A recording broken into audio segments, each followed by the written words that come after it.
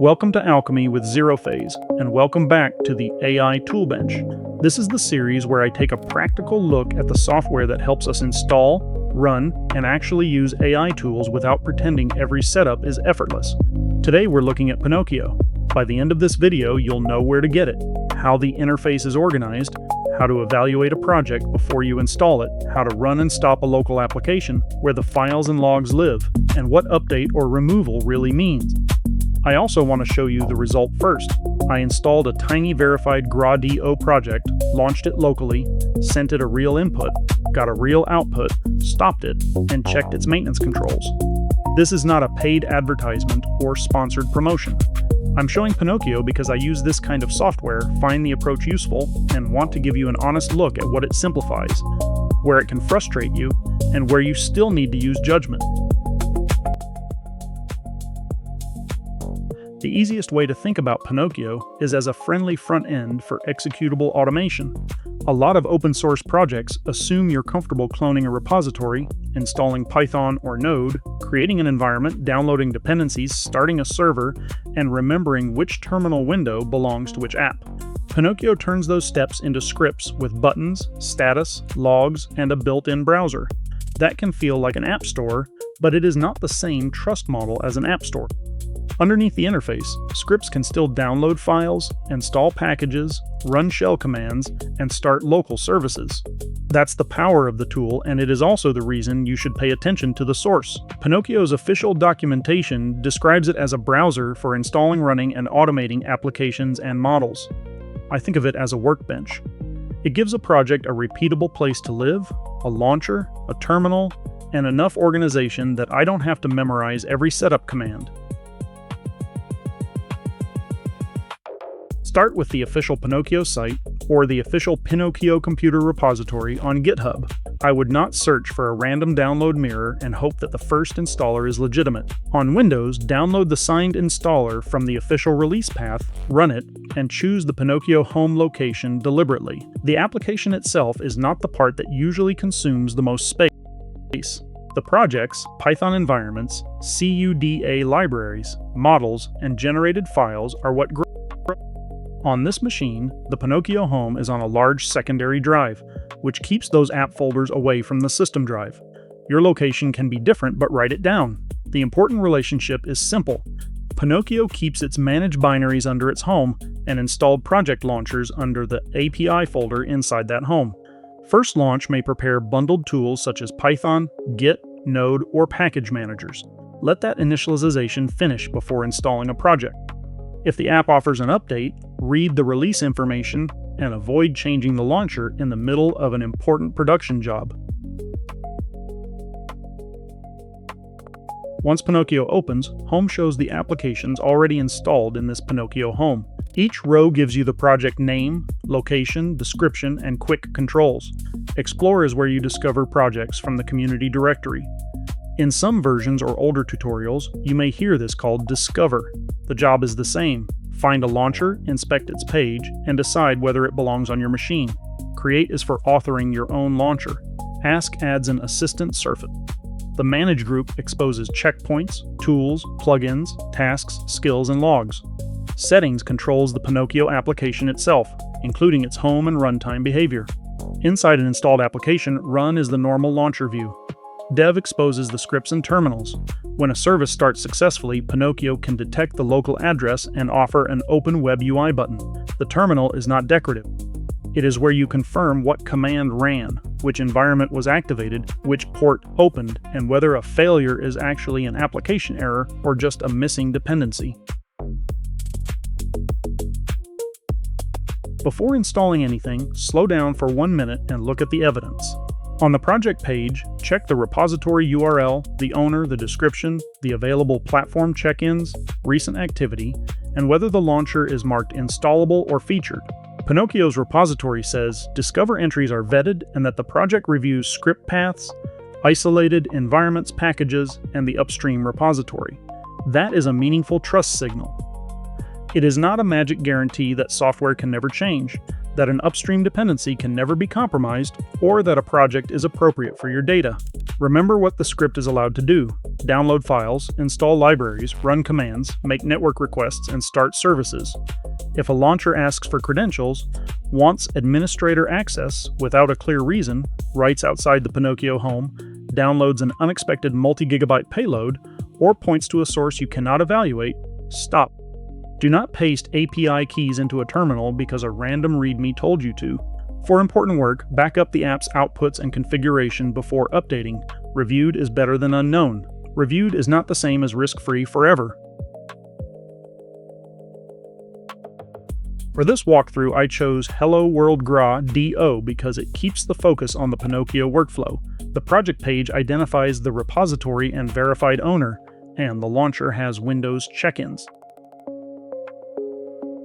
Its purpose is simple: install a small Python environment, start a local Gradio page, accept one input, and return one visible result. That lets us follow every important step: review the source, install the launcher, watch the terminal, open the local web interface, confirm an output, stop the service, and find its files. Once you understand that lifecycle, the same habits apply when you move to larger image, video, audio, or text generation tools. From the project page, the Install button downloads the launcher into your Pinokio home. Before the script runs, inspect the source link and the launcher files. For this example, the install script enters the app folder and runs UV-sync. That creates an application local Python environment and installs the dependencies declared by the project. Watch the terminal while it runs.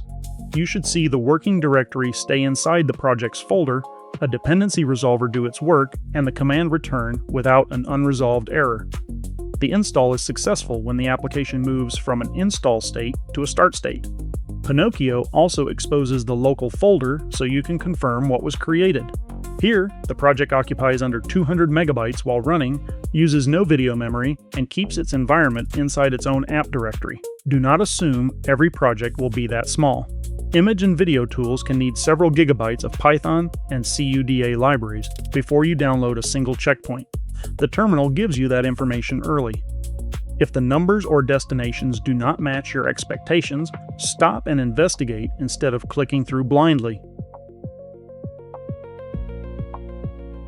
Now we select Start.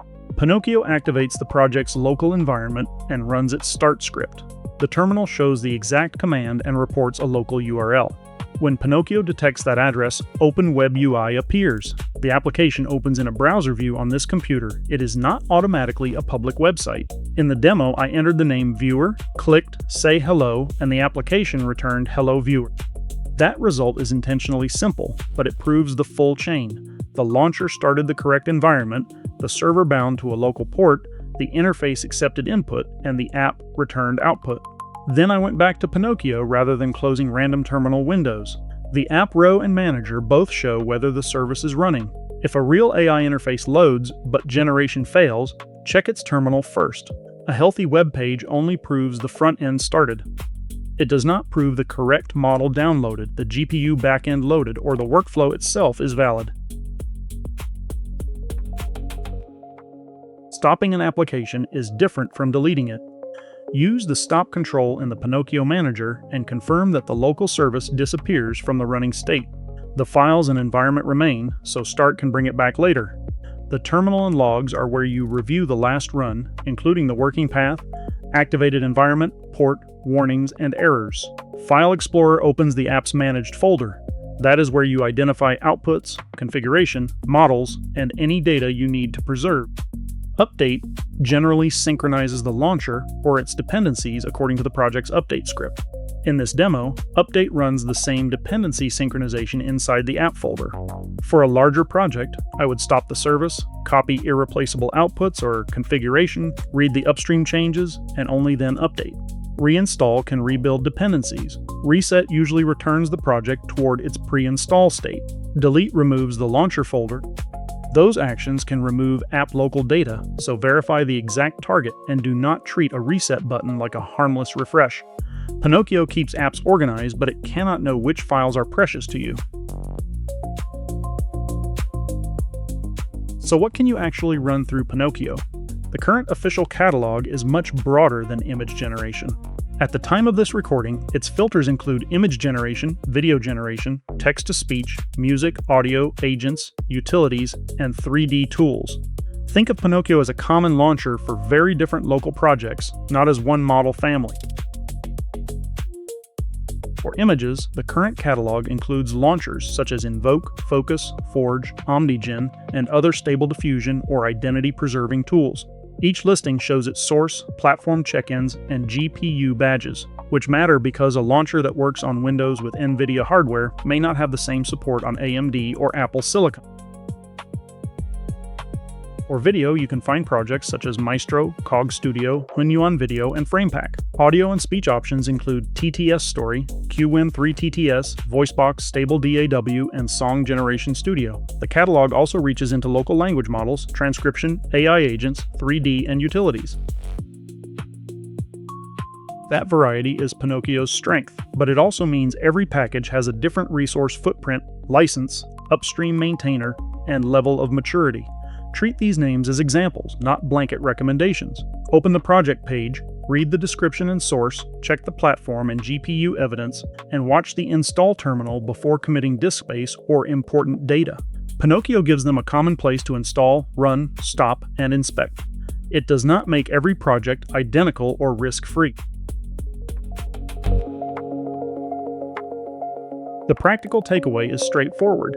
Download Pinokio from the official source, choose its home with disk growth in mind, treat Explore as a starting point instead of an automatic trust decision, inspect the repository and launcher, watch the terminal during installation, and stop an app before you update or change it.